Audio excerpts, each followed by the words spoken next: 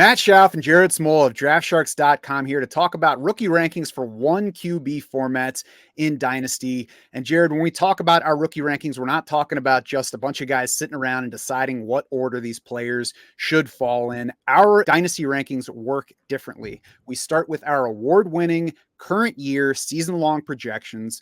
We apply historical aging curves and retirement rates, and those are based on 20 years of NFL research by our in-house engineer, Alex Korf.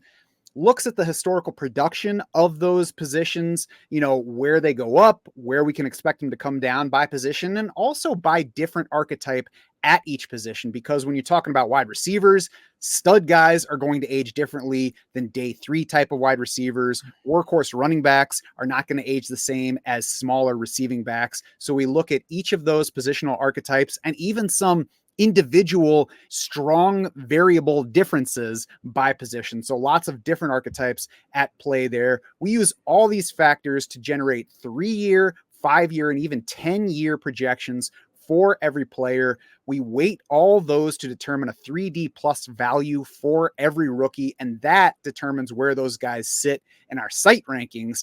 It's all going to be different though when you sync up your own league and create your own draft war room and get rankings that are specific to your league. If you got IDPs in your dynasty format, then those are going to be in there as well using the same valuation system. So that's how you're going to get your best set of rankings, syncing your league, creating your draft war room, and seeing how everything fits together in your specific format. And then beyond the draft, that's going to help you with the trade navigator, with the free agent finder, really just give you an advantage at any point during the dynasty calendar. For now, though, we're focused on the rookie rankings. And if you go to DraftSharks.com, if you check the rookie rankings page for one quarterback formats, PPR scoring, this is going to be your top 12. Marvin Harrison Jr., Malik Neighbors, Rome Odunze, Brock Bowers, Xavier Worthy, Jonathon Brooks, Brian Thomas Jr., Keon Coleman, Ladd McConkey, Caleb Williams, Trey Benson, and Jaden Daniels. Jared, I don't think a lot of surprises in there versus how things played out. We've got 4 receivers and Brock Bowers on the board before the first running back. And to me, that seems appropriate based on how the NFL draft played out. What about you? Yeah, for sure. And I think, we talk about drafting with tiers in redraft. I think it's important to do the same in Dynasty. And that's another awesome thing about these 30 plus values you talked about is, assigning numerical value to these guys kind of helps you see where the tier breaks are. So, I do think there's kind of a clear top 3 with Harrison, Neighbors, and Odunze.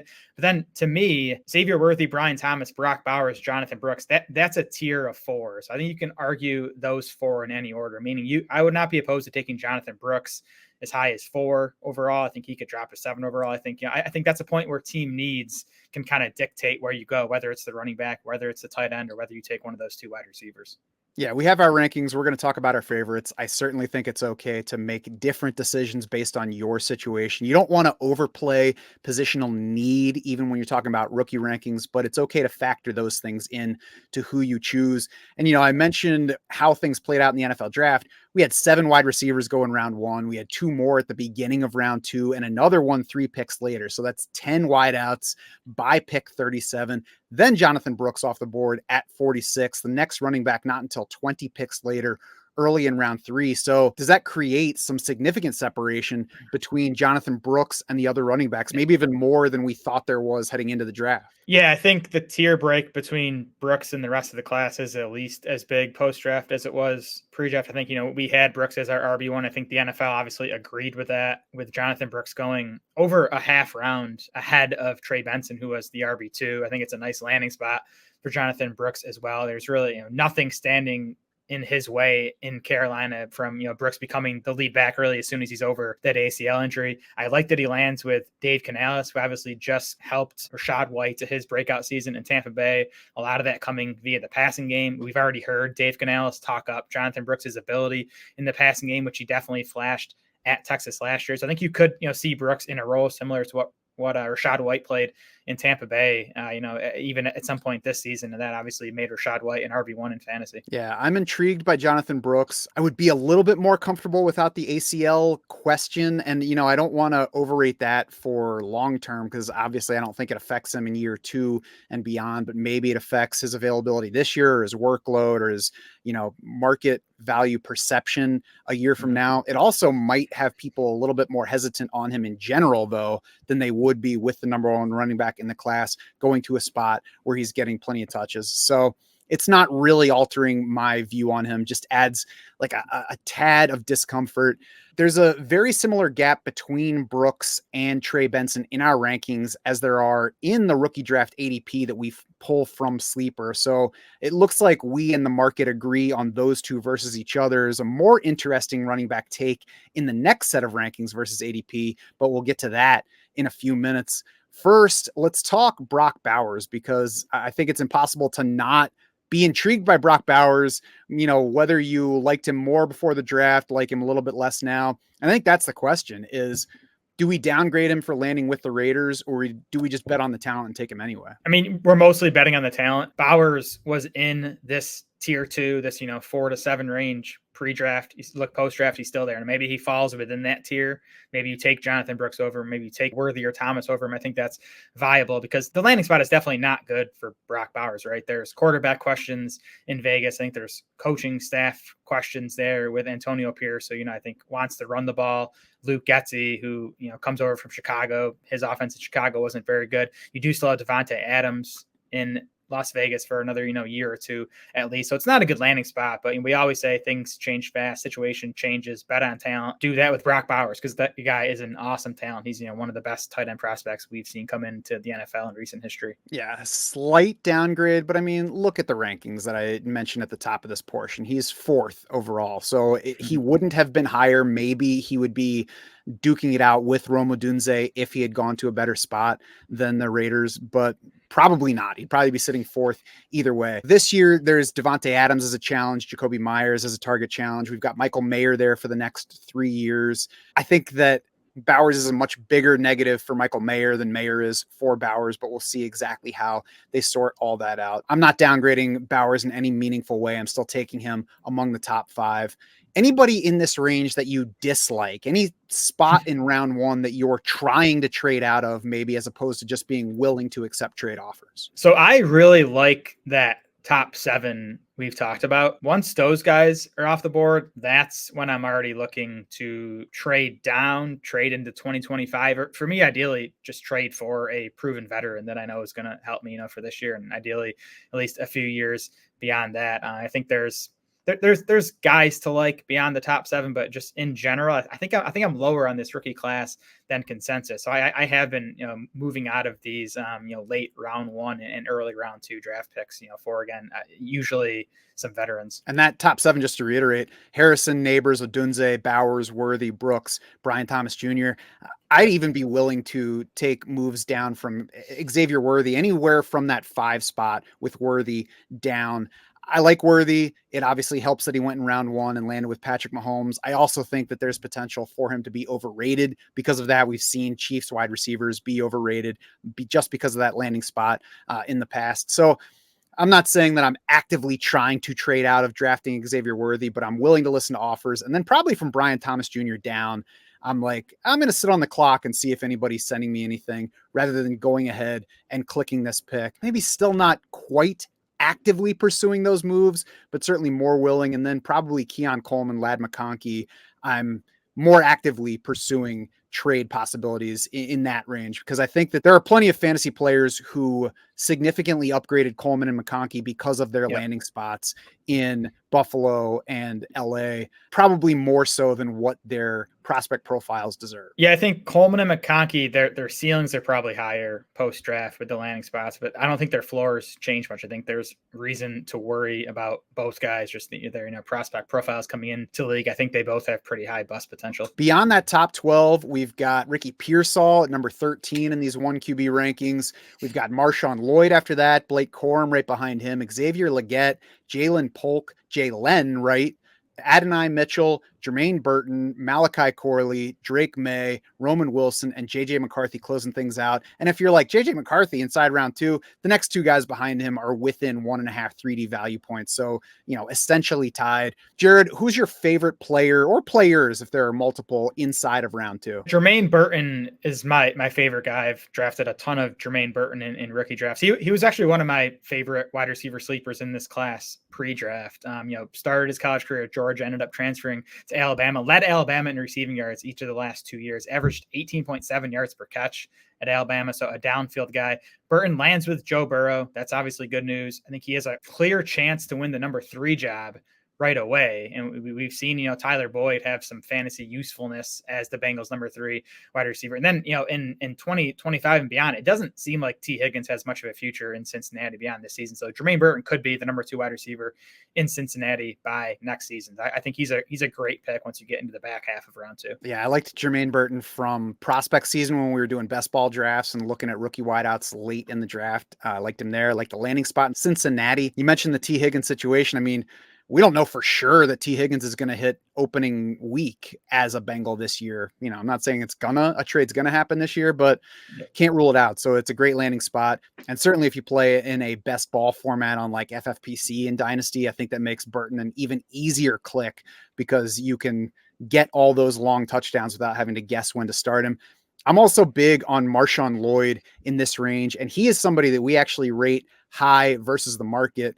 The sleeper ADP has Blake Corum ahead of him, pretty solidly ahead of him. Actually, Lloyd near the end of round 2. We have him close to the beginning of round 2. I took Marshawn Lloyd at the end of round 2 in our Superflex rookie draft with the Our Lads guys on sleepers.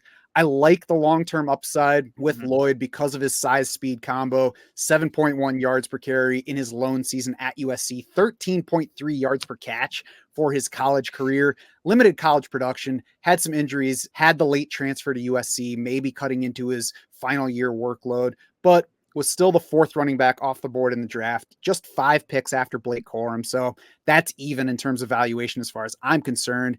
There is a chance that Green Bay keeps splitting backfield work the way that it always has under Matt LaFleur. And that's something that Matt LaFleur did when he was the OC in Tennessee, when he had Derrick Henry and didn't even use him as the workhorse there. So there's the chance that Marshawn Lloyd gets more work than we might anticipate right away. There's also a chance that Josh Jacobs simply doesn't bounce back from what was a pretty bad 2023 efficiency-wise. So I like the long-term upside on Lloyd and the chance that he does it even sooner than we might anticipate. Yeah, we just got a soundbite from Matt LaFleur talking about how he, does like to use, multiple backs. There was a report from Jeremy Fowler shortly after the draft that the Packers really want Lloyd to be a factor this season. Jacobs, by the way, he signed a 4-year deal with Green Bay. It was reported this big, 4-year, $48 million deal, but there's an out in it after this season. If Jacobs does not bounce back, Green Bay can cut him pretty easily, and that could open the door for Lloyd to be their lead back. I'm not sure any contract in the NFL other than like Patrick Mahomes is actually the size that it looks like it is. Yeah. Who are you avoiding in this range of round 2 players? I don't think I've drafted any Ricky Pearsall. I might have one share of Xavier Legette, which is a little scary because they're, round 1 NFL wide receivers that are going in round 2 of Dynasty rookie drafts. But I didn't love either guy pre-draft. I think they both kind of have shaky production profiles. Pearsall is obviously blocked in San Francisco for now behind Brandon Ayuk and Deebo Samuel. The Niners just gave Juwan Jennings a new 2-year deal as well. I don't think that's going to impact Pearsall, but it's at least worth noting. And then Xavier Legette, I mean, he's a 23-year-old project. And Dave Canales has even said that Legette's a project, and they're going to kind of have to manufacture touches for him out of the gate because he's not this finished product wide receiver. He can't just do normal wide receiver things at the NFL level at this point. So, that's a concern to me. Bryce Young's rookie year is obviously a concern for me in Carolina. Carolina did just acquire Deontay Johnson, who's been a pretty strong target earner throughout his career. So I don't think Xavier Legette's landing spot is too strong. The fact that he got round 1 capital is nice, but I don't like the landing spot too much.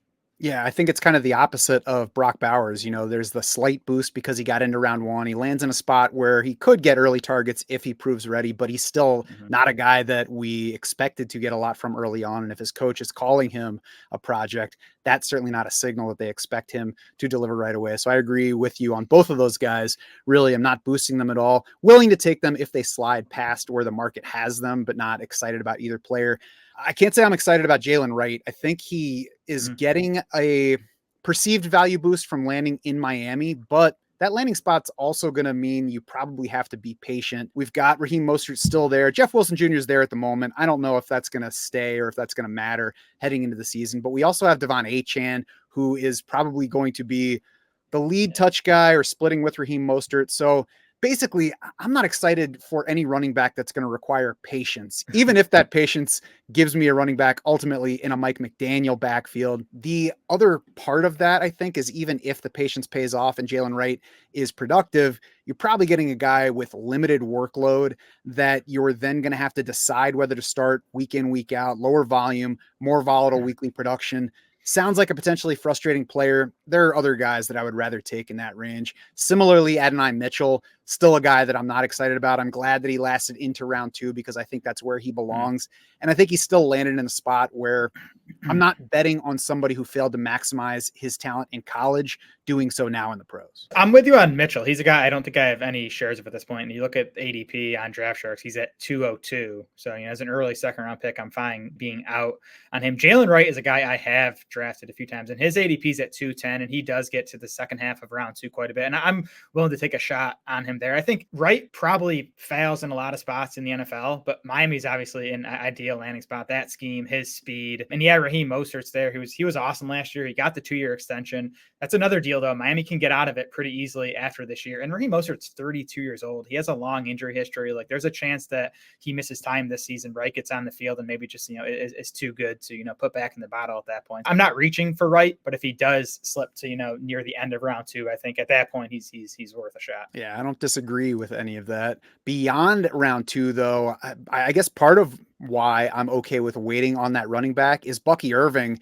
in round three, going late in that round by our rookie ADP, just behind Braylon Allen, solidly behind Luke McCaffrey and Jatavian Sanders in that range of drafts, barely outside of round two in our dynasty rankings, though.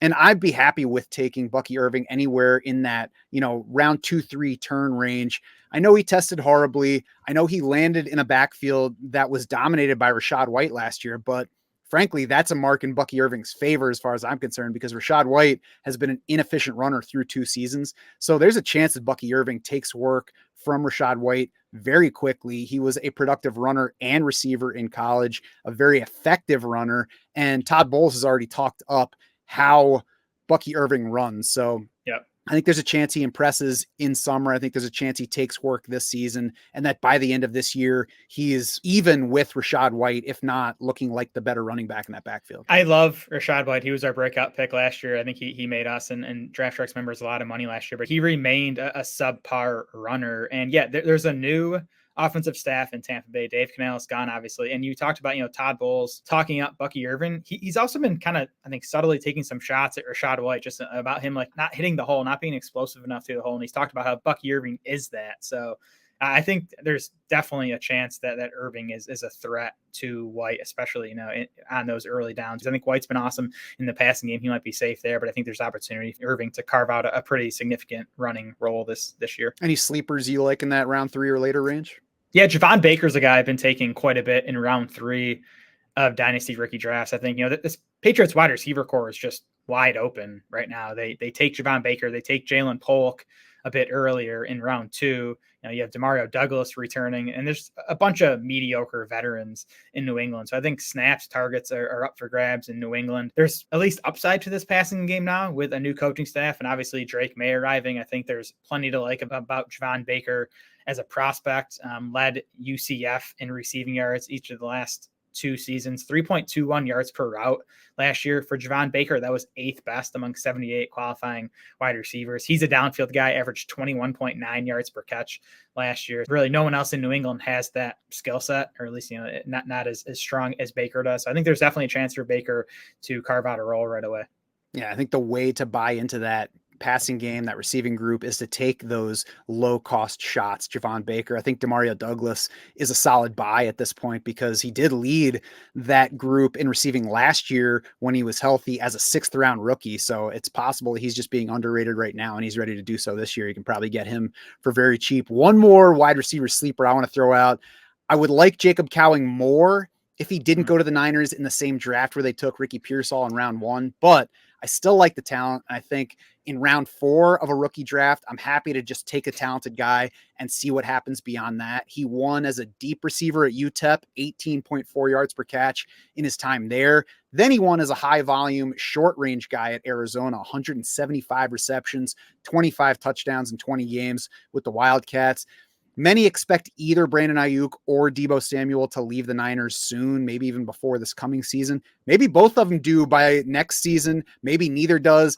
I don't know. So I guess the note here is situation, we don't know how it's going to develop. So go ahead and buy talent, especially as you get further into your rookie draft. Yeah, I mean, it's going to be tough for Cowing to find the field in San Francisco, but if he does, I think his odds of succeeding are boosted just being in that Kyle Shanahan offense. You can find our full rookie rankings on draftsharks.com, but you'll get the best version of those rookie rankings by syncing your Dynasty league and creating your own draft war room.